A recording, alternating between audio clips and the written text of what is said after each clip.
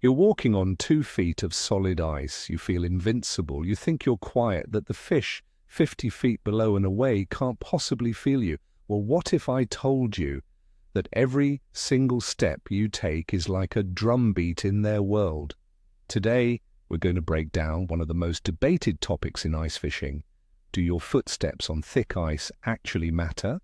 By the end of this video, you will know the definitive truth, and it might just be the reason your favorite spot suddenly goes quiet.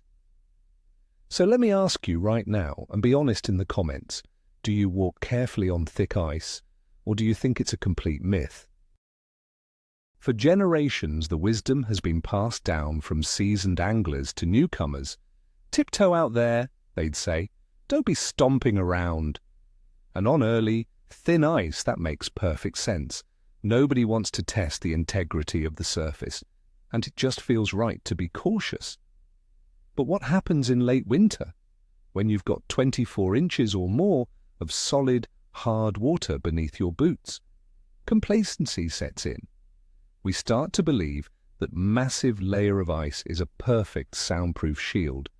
We drill holes, walk back and forth to our sled, and generally forget about being stealthy. We assume the fish are too deep or too far away to notice. This common assumption is exactly what we're putting to the test today. Let's start by destroying a common misconception. We think of sound in terms of what our ears hear in the air. But that's not the primary way fish experience the world. The vibration from your boot hitting the ice is not an airborne sound for them. It's a physical shockwave. Imagine dropping a bowling ball on your living room floor. You don't just hear it, you feel the vibration through the soles of your feet, even if you're in the next room. That's what we're talking about, but on a much larger scale. Now think about the medium. Sound and vibration travel through different materials at different speeds and efficiencies. Air is actually quite poor at transmitting these waves. Solids, on the other hand, are incredibly efficient. Ice, being a dense, crystalline solid, is an excellent conductor of vibrations. It's far more effective at carrying that energy from your footstep than the air is at carrying the sound of your voice. This is the first piece of the puzzle many anglers overlook. Here is a perfect real-world example. Think about an old movie where someone puts their ear to a railroad track. They can feel the vibration of the approaching train long before they can hear its whistle through the air. The steel rail acts as a superhighway for that vibrational energy. The frozen lake surface under your feet is behaving exactly like that railroad track. Your 900-gram boot is the train, sending a signal far and wide. So the vibration is traveling efficiently across the ice. Great. But how does it get to the fish? This is the critical step. The vibration doesn't just stay in the ice, it hits the boundary layer, the place where the bottom of the ice meets the top of the water. At this point, the energy is transferred directly into the water column. And because water is also much denser than air, it carries that pressure wave with remarkable clarity. This brings us to the fish itself. A fish is a marvel of sensory engineering. We have ears, but a fish has its entire body tuned to its environment. The key organ here is the lateral line. You've seen it on the side of a fish. It's not just a stripe, it's a series of pores connected to a canal filled with sensory cells. These cells detect the tiniest changes in water pressure and movement. They can feel the flick of another fish's tail from yards away. So when that vibration from your footstep transfers from the ice into the water, it creates a pressure wave. It's a pulse of energy moving through the liquid. To a fish's lateral line, this pulse is as clear as a flashing neon sign. It's not a natural occurrence. It's a rhythmic, heavy disturbance that doesn't match the flow of the water or the movement of other aquatic life. It signals something large and potentially dangerous is on the surface. Let's reframe the question. Instead of asking, "Can the fish hear me?" you should be asking, "Can the fish feel me?" The answer is unequivocally yes. They feel that pressure wave long before any airborne sound could possibly reach them. Your heavy tread is a repeating, predictable signal of a predator. And what do prey animals do when they detect a predator? They either freeze and stop feeding, or they flee the area entirely. To prove this, we brought out a hydrophone. That's essentially an underwater microphone designed to pick up sounds and vibrations in the water. We found a spot with about 2 feet of ice. We drilled one hole for the hydrophone and lowered it down about 10 feet. Then we walked 50 feet away and drilled our fishing holes. The stage was set for our experiment. First, we just listened to the baseline noise of the lake. With the recording running, one of us simply stood still 50 feet away. The hydrophone picked up the faint, ambient sounds of the underwater world. It was surprisingly quiet, with just a few subtle noises. This was our control. This is the world the fish are accustomed to. It's their normal, safe environment where they feel comfortable enough to move around and feed. Then came the first test. I took a single, heavy step. Not a jump, just a firm step like you would take when walking normally in heavy winter boots. On the recording, the result was instantaneous and shocking. A deep, low-frequency thump echoed through the water. It was not subtle.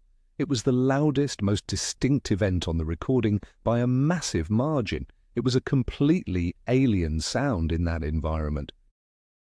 Next, I started walking a slow, deliberate circle around my fishing hole, still 50 feet away from the hydrophone. With every single step, the hydrophone registered a clear, rhythmic thump, thump, thump. The consistency was key. It created a pattern. For any prey animal, a predictable, rhythmic sound of something heavy is a universal alarm bell. It's the sound of something walking, something hunting. Think about it from the fish's perspective. It's suspended in the water, sensing its surroundings.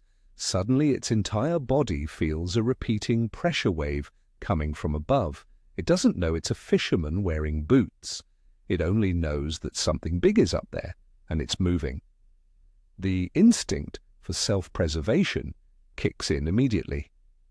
For a wary perch or a cautious walleye, that means shutting down its feeding impulse. Now let's talk about other noises. What about drilling a hole? We tested that too. The sound of the auger was, of course, incredibly loud on the hydrophone. It's a violent, high-frequency noise, but it's also a temporary one. You drill your holes and then it's over. Fish may be spooked by it, but they often return after the noise stops. The footsteps are different. They are a continuous, looming threat. The walking around is what keeps the fish on edge. They might tolerate the initial noise of you setting up, but the constant thump, thump, thump of you pacing, grabbing gear or checking on your tip-ups creates a persistent state of alarm. They will not commit to taking a bait when they feel that a predator is directly overhead. It's that simple. You're creating an environment of fear, not an environment for feeding. So, does the thickness of the ice matter at all? Yes, but not in the way you think. Thicker ice might slightly dampen the highest frequencies of the vibration, but it does little to stop the powerful, low-frequency wave. In some cases, the solid, dense nature of very thick, cold ice can actually transmit these low-frequency vibrations even more efficiently. So thinking you're safe on 2 feet of ice is a false sense of security. This explains a very common scenario. You get to a spot, drill your holes, and catch a few fish right away. Then you start moving around, maybe to talk to a buddy or to get something from your sled. Suddenly the bite dies completely. You blame the weather, the bait, or just bad luck. But the reality is you likely just announced your presence over and over again until every fish in the vicinity either left or went into lockdown.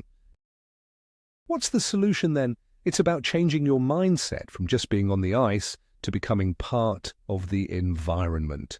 When you first get to your spot, get all your gear in one place, drill your holes, set up your shelter and your rods. Then, as much as possible, stay put, minimize any unnecessary walking. If you have to move, try to walk slowly and deliberately, rolling your foot from heel to toe to lessen the impact. Another pro tip is to use a foam mat or a piece of carpet inside your ice shelter. This simple addition does a remarkable job of absorbing the vibrations from you shifting your weight or accidentally dropping something. It's a small change that can make a huge difference in keeping the area directly below you quiet. Every little bit of stealth helps maintain that illusion that you are not there. Think of it this way: the best anglers are often the quietest. They are deliberate in their movements. They have their gear organized so they don't have to constantly get up and down. They understand that ice fishing is a game of stealth just as much as it is a game of finding the right depth or using the right lure. They respect the sensitivity of the animals they are pursuing. So, to definitively answer our initial question, yes. The vibration from your footsteps on thick ice is absolutely spooking fish 50 feet away, and likely even further. The old-timers were right all along, even if they didn't have the hydrophones to prove it. The science and the evidence are clear. Your weight and movement on the ice is a major factor in your success, or lack thereof. It's not a myth. It's a fundamental truth of ice fishing. So there you have it. The answer is a resounding, scientifically backed yes. Your footsteps matter a lot. The most crucial takeaway here is that it's not about the sound you hear. It's about the low-frequency pressure wave the fish feels with its entire body. That thick ice you thought was a shield is actually a massive drum, and your boots are the drumsticks broadcasting your presence to every fish in the area. This realization is a complete game changer. It means every move you make, every step you take, has to be deliberate.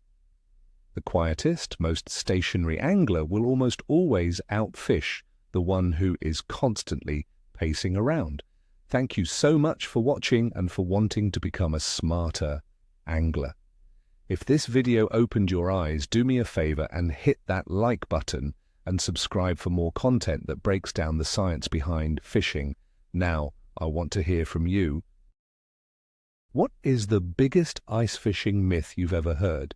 Let's talk about them, and maybe debunk a few more in the comments below.